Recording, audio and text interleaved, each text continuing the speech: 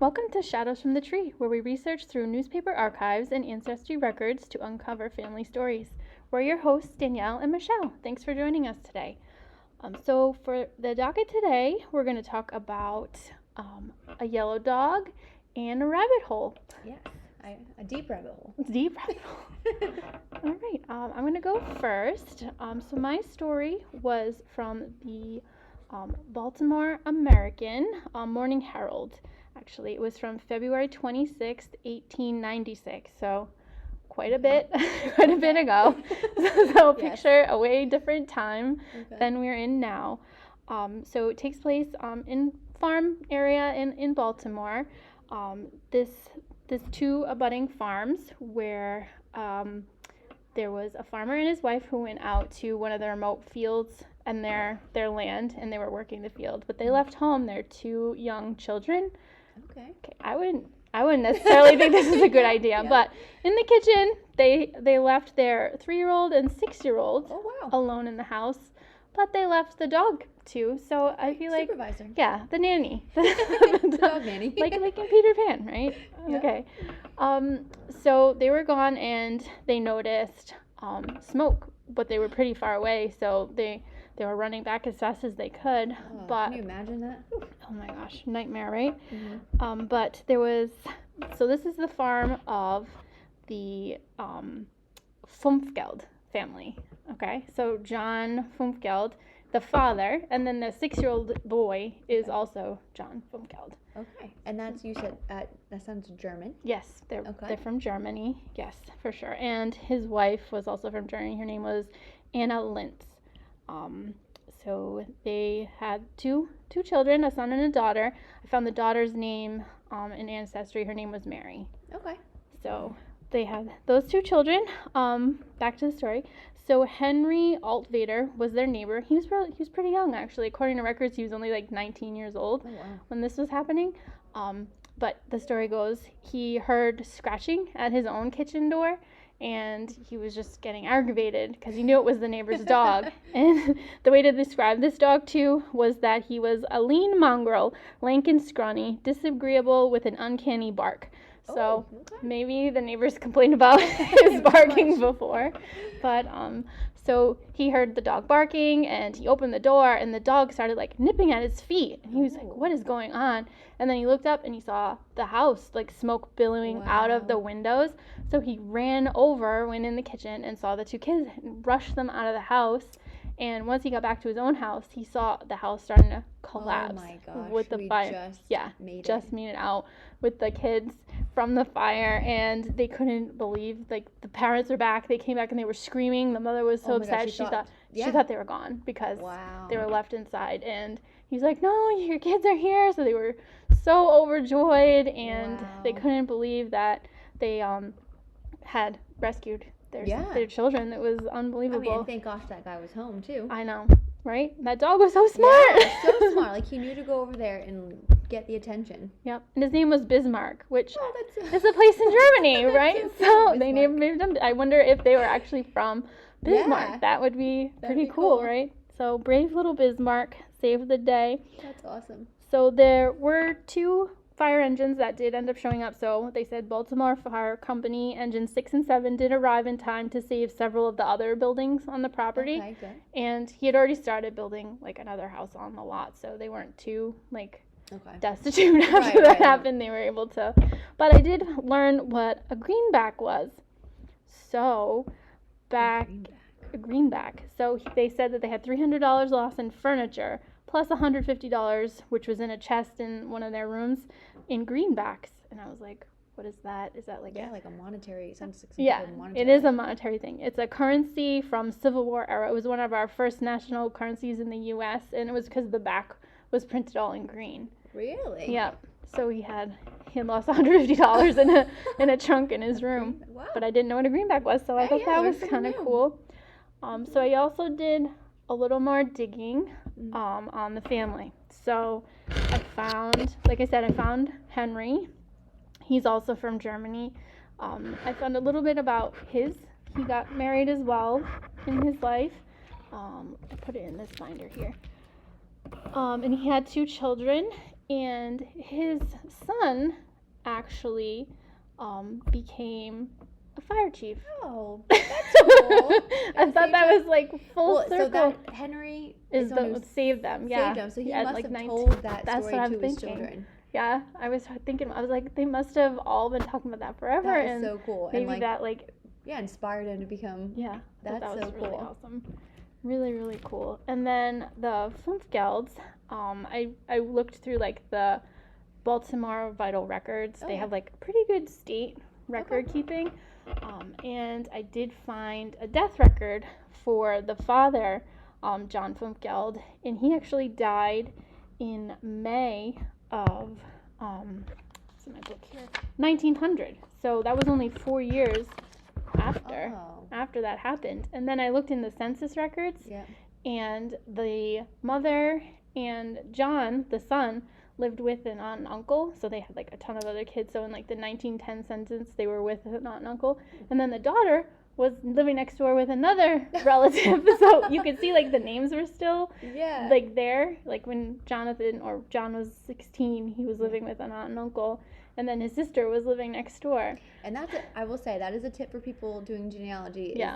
Even in my own family history, if I've gone way back, and I've literally been able to look at one census for a small town and see like my maternal and my paternal side as neighbors, like or just like aunts and uncles all live next to each other. I always do that. I always just turn the page and look. I was like, is there any name that I can recognize? And I didn't recognize the uncles, but they were, and it said niece or nephew there, so I knew that they were related. That's sad though, because he would have been, if it was 6 and 3, so 10, and didn't get to really grow up with his dad. No, and they didn't list. Well, he died of pneumonia, it said, but it was like it said children too, so you knew that they were. Did Henry remain neighbors with them? No, nope. Okay.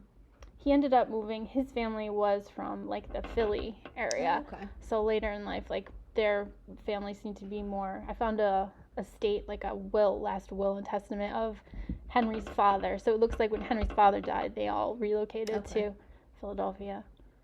Wow. I thought it was pretty Pretty cool. Pretty good story. And when you're looking at that story, you're touching upon, like you said, the neighbor's family, their family, like the aunts and uncles, like everyone sort of. Just in that one article, you pulled several different ancestors for people. And the son lived to be 88 years old. And 18, that's crazy. Yeah, and he served in the military in World War I. He became an engineer. He owned a house. Like he had his own 2 kids. Like, it's really. And I wonder for them being 6 and 3. Obviously, the 3-year-old maybe not so much, but like if they remember that moment. Probably. I remember things from when I was 5 and 6, especially if it's that traumatic. Right. And then how long did the dog live? Brave little Bismarck. I hope he had a long, happy life. Right? Hope he stayed on the farm. Yes. Had his own nice dog house. That's awesome. Oh, man. Wow. Good. Yeah, hey, well, thanks. That kind of is a good entryway to my story a little bit, because my story is a little bit more, a tad bit more on the darker side, but also happy because it's the love for a dog. So Gotta love the dogs. Yes, the dogs are awesome. And I decided just to quickly read mine because it's really short, and then I want to show you how I went down a big rabbit hole and found several other. That's a lot of notes. Yeah, a lot of notes. Yes, I got lost, and if you do genealogy, you know how easy it is to get lost and go down rabbit holes, and then you're like, what was I looking for? Or so my story is from the St. Louis Post-Dispatch in Missouri, December 16, 1906, and the title of the headline of the story is "Flower-Lined Grave for Dog in a Cemetery." And then there's a few kind of smaller headlines. Missouri town indignant over secret arrangements for the burial. And then this other small headline is "Hero, a woman's pet." And then animal saved life of cultured mistress mother, provided for in will. Killed by affection. What? And sympathy for owner condones feeling over attempted desecration. So, I'll read this quickly here. So, there was a decided sensation in the city when City Commissioner L.W. Remmel interrupted an effort to bury a dog in a family lot in the beautiful Rose Hill Cemetery. The matter had progressed to the extent that the grave was being dug by the old sexton Adam Kettering, who had been Brookfield's public gravedigger for the past 30 years. The dead dog was to have been taken out to the cemetery in a closed carriage in the afternoon. The grave was to have had all its walls covered with cut flowers. The owner of the dog is Miss Hattie Ware, between 35 and 40 years of age. She is a woman of learning, belonging to the literary circles of the city. For several years, she was a teacher in the public school of Brookfield, and a good one. At present, she conducts an art studio. Then it headlines, "Saves its owner's life." The dog was a large mastiff and had been a member of the Ware household for years, since puppy days. He was brought home on a cold day by Miss Ware's aged mother, who had died 2 years ago. The pup grew to a large and handsome dog. Whenever and wherever Miss Ware or the daughter went, the dog was sure to go. He was a companion by day and a guardian by night. One winter day, Miss Ware, accompanied by the dog, fell upon the icy pavement several blocks from home. Mm-hmm. The dog, named Hero, raised the alarm by barking and brought a man to the aid of his mistress. Miss Ware had been taken home to friends. Her leg was broken at the hip, and she died several weeks after the accident. But before her death, she made a will and all her property leaving her only property to her child, the daughter, Miss Hattie. I thought you were going to say that she left it to the dog. I know. It's like, where's this story going? and then it says, Hero provided for in the will. Yeah. Miss Ware had written in the effects of, quote, "If my daughter Hattie should die before our dog Hero, I will that the executors see that Hero is buried in our family lot in Rose Hill Cemetery, that he is given a respectable burial." Thus it was that Miss Hare this week endeavored to carry out the wishes of her mother. She did not, however, see the cemetery commissioner and get a burial permit, as is the custom in the interment of humanity, but in lieu of the custom, simply saw the sexton directly, merely by accident. Mr. Remmel learned of the intent to bury the dog in the cemetery, which sleeps between 4,000 and 5,000 of the hallowed dead, pleads ignorance of the law and the ordinance. He said he did not realize there was an ordinance against the burial of a dog in a family lot. The dog was heartily buried in the front lawn of the Ware residence, in a fashionable position of the city. Miss Ware grieves over her lost dog as much as the average woman would over the death of a child or some dear relative. She declares she will at once break up her home. Hero was her companion and her protector, even to the extent of sleeping on her bed at night. That's right. And that's how it ends. And so I knew you would appreciate the story because you love dogs. And I know many people who care for their dogs. I can't believe it. Back then they were mad about people. I know. I wonder now if people do bury their pets with them. I'm sure like celebrities. I mean, they must be able to. So I have a few notes on this. All right. So first of all, I found a second article when I was digging around. Mm-hmm. And there was a note that she had even had her picture taken with her dog. Aww. And she always insisted on Hero having just as good as food as her to eat. So, this dog ate well, was well taken care of, slept in the bed, and then some of her friends, because she was very popular in the town, some of her friends said that they think she was going to recover well from her grief, but hope that in the future she can set herself upon a poor orphan child instead of another dog. So to maybe put her love of the dog towards a child. I don't know. And then there was a note that had a man attempted to violate the city ordinance, that they would have been arrested for going against the law. But because she was a well-known woman, they were going to let it slide. And I was like, oh, I didn't know that was such a big deal. Pretty good. I feel like that kind of ties into our story for the family. Oh, yeah. Because somehow she got away. Yeah. So I did look up kind of the closest census I could find, which was 1900, because this happened in 1906. And in that census, Hattie was single. She was 29, listed as being a teacher, and her mom, Rachel, was listed as being widowed and a landlady. And they supposedly lived on East Ave in Brookfield. So if you're listening and live on that street, take care of Hero. But so then I also took it a step further and I called the cemetery, because I've done this before for looking up specific information in my family tree, and I actually got some good information. And what I found was that, or what the lady told me, was that Hattie was the person who paid for the lot. Yeah. And it cost $20.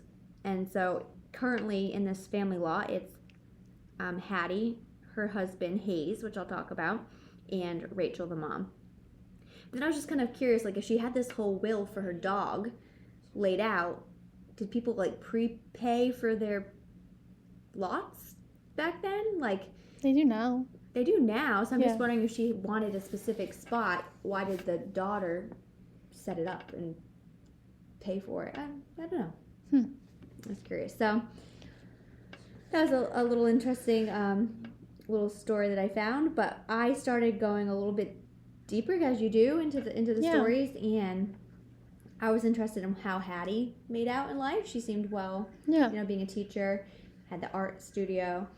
I found first rabbit hole was an article about a Lynn country girl missing, and it said the disappearance of a woman who had gone for 2 weeks was like an unsolved mystery, basically. Yeah.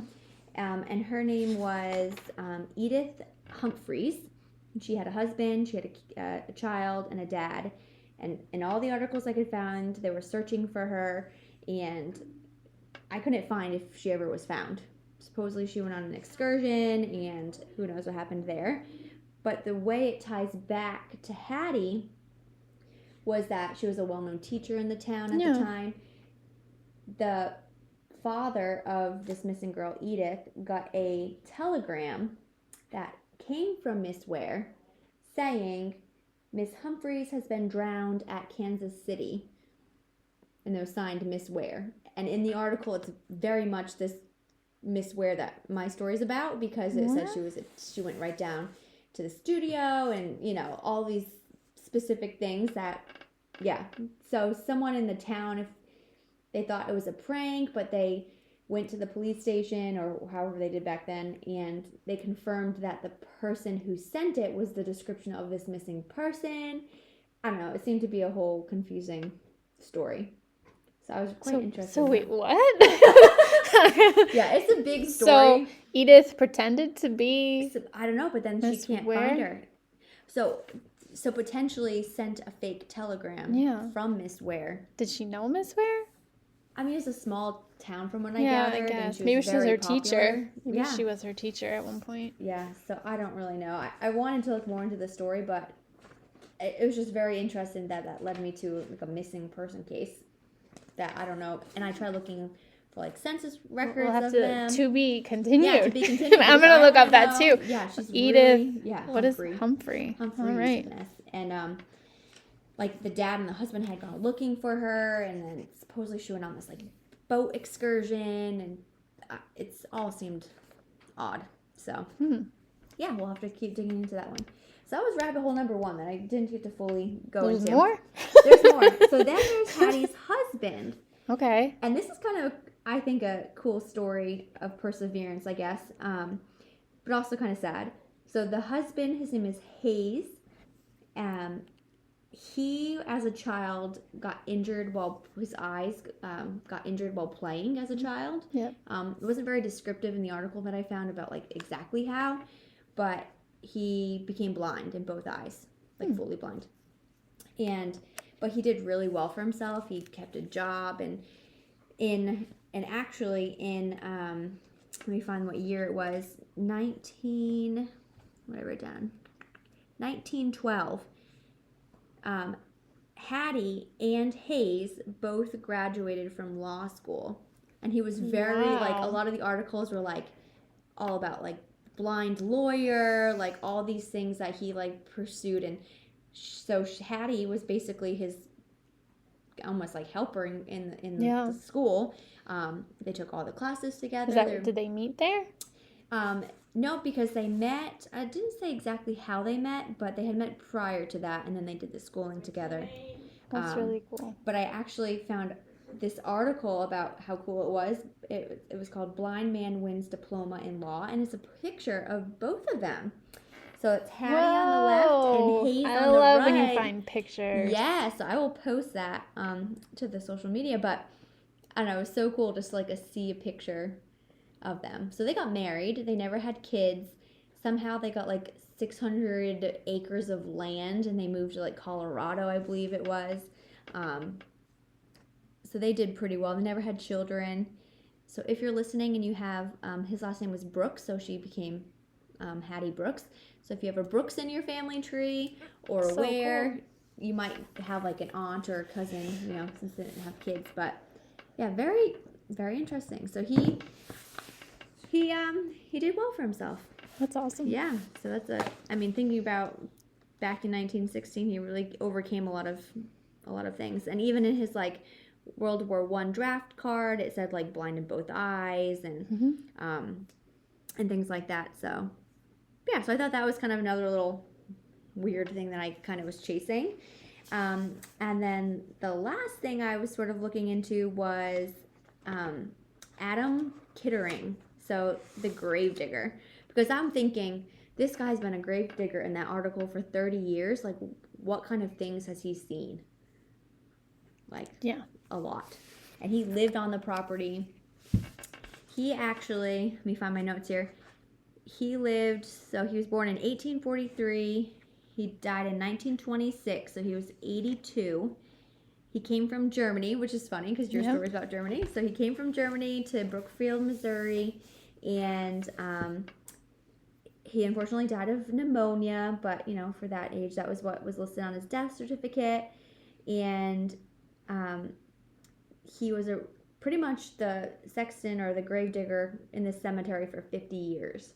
So everybody knew him. Yeah. And he was it sounds like quite an interesting character. There's an article I found where he had a record for 14 years of drinking Coca-Cola. So when the Olympia confectionery was open up, did not expect that. I know. Like, where is this going? Coca-Cola. Okay. Oh, yes. Every morning he would go for 14 years and drink this Coca-Cola.